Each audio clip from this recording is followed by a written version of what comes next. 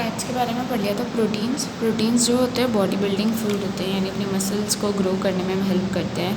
और प्रोटीन्स एक एज में जो जब तक अपन छोटे रहते हैं अडल्ट से बिलो, तब तक सबसे ज़्यादा अमाउंट ऑफ प्रोटीन अपन को चाहिए होता है, जिससे और अपने को कभी कभी बीमारियों से लड़ने में भी मदद करते हैं, अपनी बॉडी को प्रॉपर फंक्शनिंग में हेल्प करते हैं। जो भी चीज़ अपन हद से ज़्यादा खाते हैं, जितना प्रोटीन चाहिए उससे ज़्यादा खाते हैं, तो वो अपनी बॉडी में फ़ैट में बदल जाती है। इसलिए कोई भी चीज़ हो वो एक लिमिट में खानी चाहिए। प्रोटीन अपन को दालों से, पीस, बीन, सोयाबीन, मूंगफली, इन सब से मिलता है। ठीक है, प्रोटीन का टेस्ट आप पढ़ सकते हो। कुछ केमिकल्स इसमें मिलाने होते हैं। विटामिन अपने को बीमारियों से लड़ने में बहुत मदद करते हैं। सबसे मेन चीज़ें यही है विटामिन, जो कि चाहिए अपने को कम क्वांटिटी में होती है हालांकि, बट स्टिल बहुत ज़्यादा इंपॉर्टेंट है। विटामिन होते हैं A, B, C, D, E, N, K। B में 2-3 कैटेगरी होती है, B1, B2 एंड B12, है ना। इनको विटामिन बी कॉम्प्लेक्स बोलते हैं, जो तीनों ही बहुत नेसेसरी होती है बॉडी के लिए। फिर एक टेबल दी है विटामिन A, B, C आपको कहाँ से मिलता है, ठीक है, किन किन चीज़ों से मिलता है और वो क्या क्या काम करता है आपकी बॉडी में, ये मैंने पढ़ लिया था। मिनरल्स भी कम क्वांटिटी में चाहिए। मिनरल्स क्या क्या होते हैं, सॉल्ट्स ही होते हैं अलग अलग तरीके के। आयोडीन है, कैल्शियम है, फॉस्फोरस है, पोटेशियम है, ये सब अपन को चाहिए और ये सब कहीं ना कहीं किसी न किसी खाने से मिलता है अपन को। बहुत अच्छा सोर्स क्या है मिनरल्स का, मिल्क, चीज़, ग्रीन वेजिटेबल, पल्सेस, मीट। सबसे इम्पॉर्टेंट मिनरल है आयरन, ठीक है, मतलब सबसे ज़्यादा अपने को ये चाहिए होता है।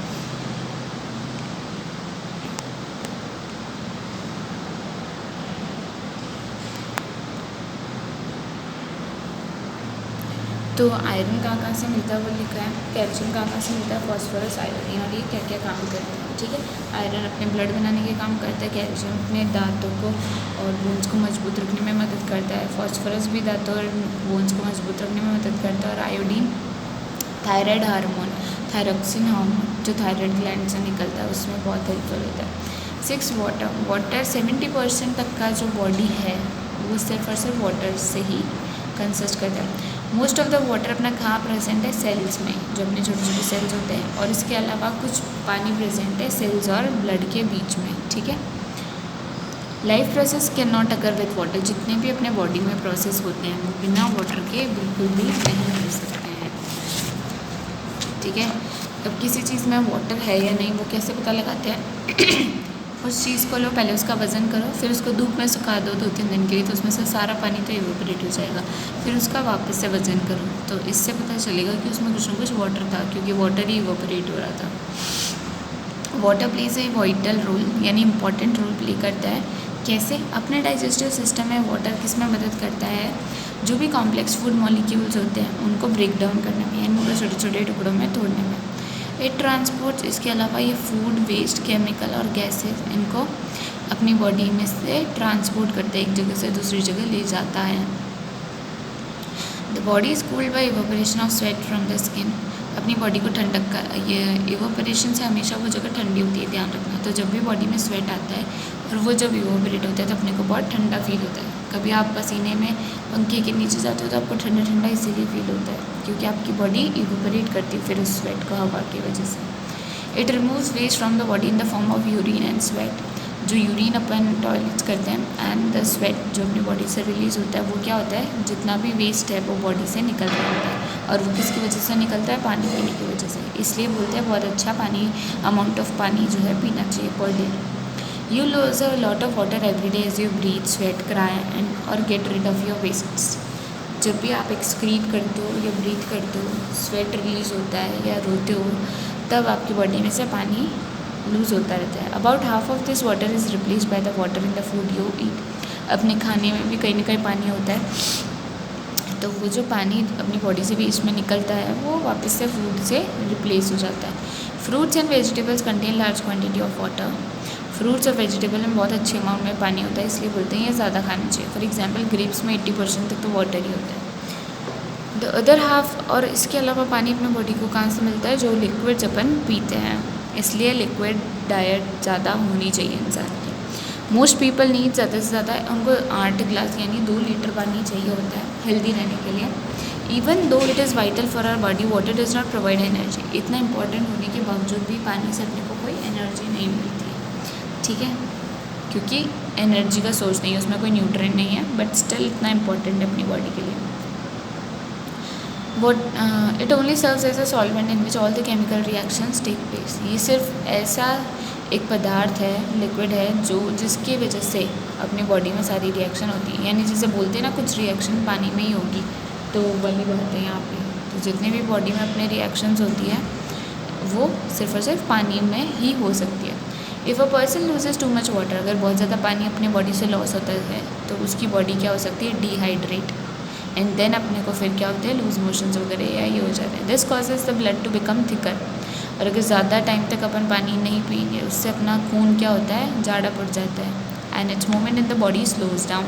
और उस जाड़ा पड़ने की वजह से खून बहना स्लो हो जाता है, ठीक है। This causes several pain and cramps in the muscles. इससे कभी कभी मसल्स में पेन होता है और क्रैम्प्स भी ज़्यादा आते हैं, ठीक है।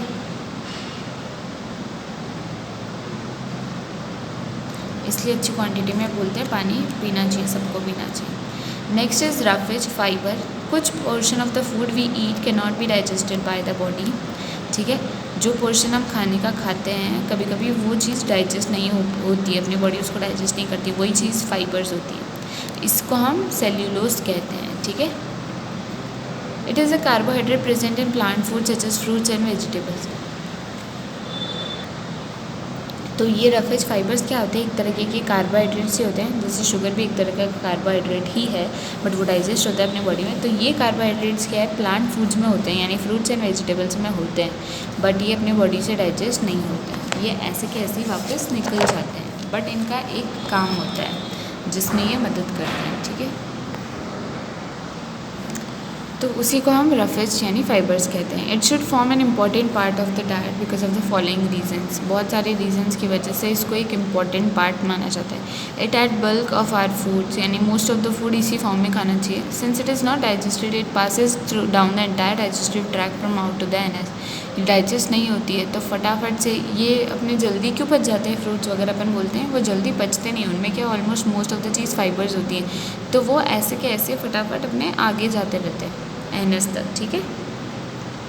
तो उनमें ज़्यादा टाइम नहीं लगता, पास डाउन होने में, डाइजेस्ट होने में टाइम लगता है, इसीलिए ये चीज़ें हेल्दी होती है बॉडी के लिए। The muscles of the digestive track need this bulk to push against like squeezing toothpaste out of a tube. तो इससे क्या होता है, एक बोवल मूवमेंट बनता है, ठीक है, यानी जो डाइजेस्टिव ट्रैक की मसल्स है वो उसको पुश करती है आगे, जैसे अपन ट्यूब से टूथपेस्ट निकालते हैं पुश करके, वैसे ही वो बस उसको आगे पास ऑन कर देती है। Now balance diet. अभी तक अपन ने जितने भी न्यूट्रिएंट्स पढ़े, ठीक है, वो अपन को कहाँ से मिलते हैं ये सब पता चल गया, वो इम्पॉर्टेंट क्यों है, वो क्या रोल प्ले करते हैं।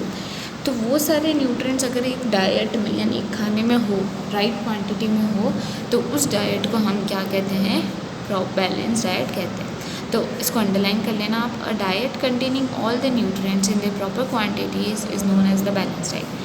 बैलेंस डाइट में हमको एनर्जी गिविंग फूड भी मिलेगा, बॉडी बिल्डिंग भी मिलेगा, प्रोटेक्टिव फूड, सब करेक्ट प्रोपोर्शन यानी रेशो बराबर मात्रा में मौजूद होंगे सब। अब balance diet varies with age के साथ, हेल्थ के साथ और ऑक्यूपेशन के साथ आपकी बैलेंस डाइट अलग अलग हो सकती है। जैसे आपका ऑक्यूपेशन, आपको दिन भर बैठे ही रहना पड़ता है, तो उस केस में आप कार्बोहाइड्रेट्स और फैट्स कम खाओ बिल्कुल, क्योंकि आपकी बॉडी को इतनी एनर्जी चाहिए नहीं, कुछ काम ही नहीं कर रहे हो, आप सिर्फ बैठे बैठे कर रहे हो जो भी कर रहे हो, तो वो सारा काम उसमें दिमाग कर रहा है, तो वो चीज़ है।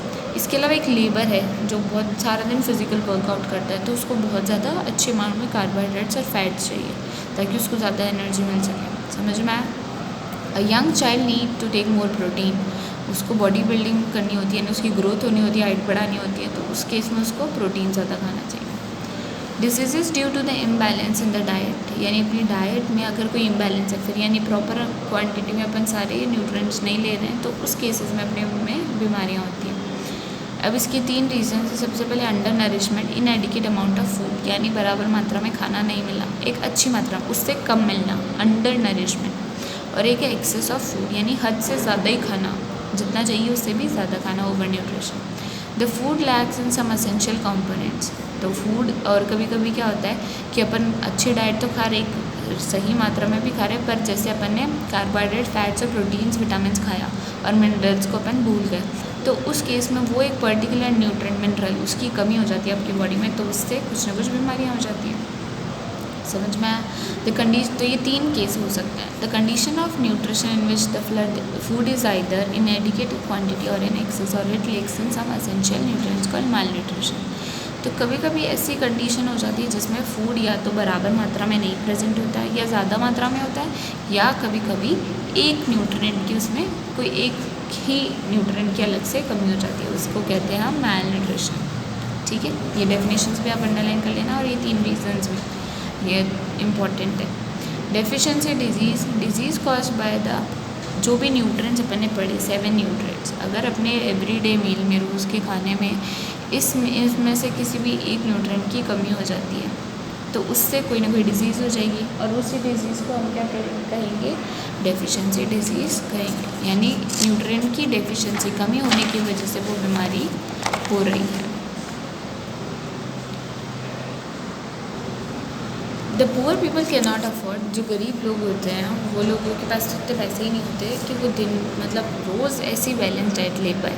ठीक है, वो लोग कम खाते हैं नरिशमेंट वाला खाना, न्यूट्रिएंट्स वाला, सो दे सफ़र फ्रॉम डेफिशिएंसी डिजीज। इसलिए उनकी बॉडी में तो बचपन से ही बीमारियाँ होती है। आपने देखा होगा उनके बच्चे से पतले दुबले कमज़ोर से, है ना, बिल्कुल बोन्स दिख रही होती है, या किसी का पेट स्वेल हो रखा होता है, सूजा हुआ, तो ये सब बीमारियाँ उनमें ऑलमोस्ट होती है। तो अपन पढ़ेंगे अब कि अलग अलग न्यूट्रिएंट से अलग अलग टाइप की कौन सी बीमारियाँ होती है और उस केस में अपन उसको ठीक कैसे कर सकते हैं।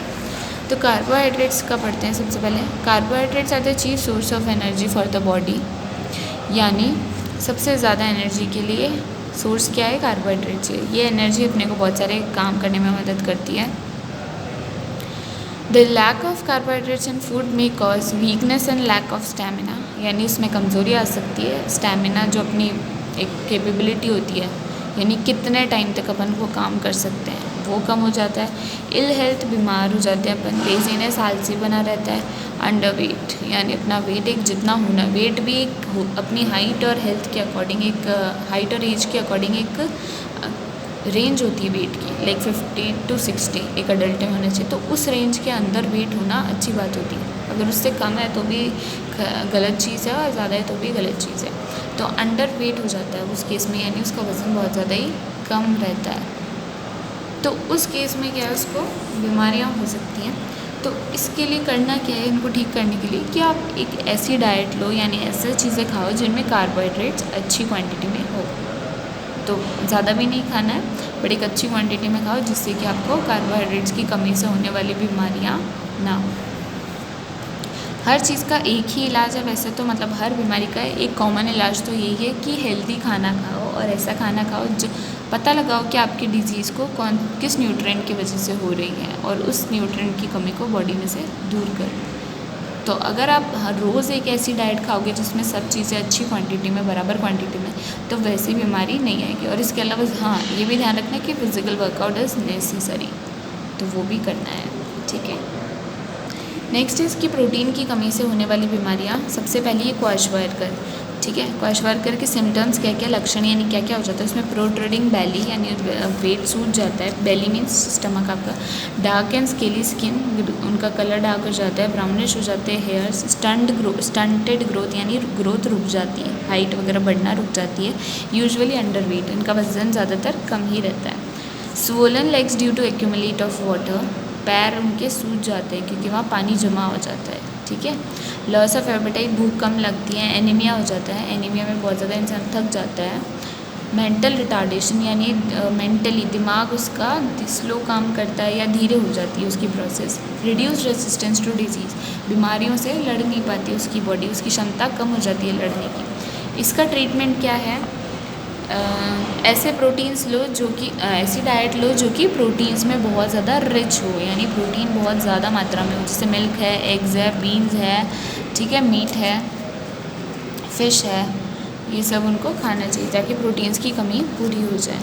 इसके अलावा कार्बोहाइड्रेट्स और फैट्स की कमी से भी उनमें कौन सी बीमारियाँ हो जाती है? बच्चों में मारस्मस। ये जो क्वाशवर्कर और मारस्मस डिजीज़ है, ये ज़्यादातर छोटे बच्चों में ही देखी जाती है। This disease generally affect infants under 1 years of age, और मारसमस तो ज़्यादातर उन बच्चों को होती है जो 1 साल की होता है या उसके अंदर। सिम्टम्स क्या है इसके लक्षण? सबसे पहला पुअर मसल डेवलपमेंट, यानी मसल उनकी इतनी ज़्यादा ग्रो नहीं करती है। Bones showing through the skin, उनकी हड्डियाँ दिख रही होती है, बिल्कुल फैट ही नहीं होता बॉडी में। वीक लेग्स, पैर कमज़ोर होते हैं। लॉस ऑफ एपेटाइट, भूख नहीं लगती है, एनीमिया हो जाता है, ठीक है। ग्रॉसली अंडरवेट, यानी ज़्यादातर वो अंडरवेट ही होते हैं। मेंटल रिटार्डेशन, वही मेंटली उनका स्लो हो जाता है process. Reduce resistance to disease, बीमारियों से लड़ने की क्षमता धीरे धीरे कम हो जाती है। इसका ट्रीटमेंट क्या है? ऐसी डाइट खाओ जिसमें प्रोटीन और कार्बोहाइड्रेट्स अच्छा हो, ठीक है। और क्योंकि वो उस बच्चा 1 साल का है तो वो अपनी मदर का मिल्क पीता है, दूध पीता है, तो इस केस में मदर को भी अच्छी डाइट लेनी चाहिए, और ऐसी डाइट लेनी चाहिए जिसमें प्रोटीन्स और कार्बोहाइड्रेट्स बहुत हो। मिल्क हुआ, fish, eggs, meat, beans, starch, sugar, ठीक है। समझ में आया? तो ये टॉपिक आज का अपना यहीं तक है। नेक्स्ट क्लास में आपका ये चैप्टर कंप्लीट हो जाएगा, देन क्वेश्चन आंसर आपको सेंड कर दूँगी, वो आप कॉपी में कर लें। तो अच्छे से ये वीडियो आप देखें आज का। Thank you.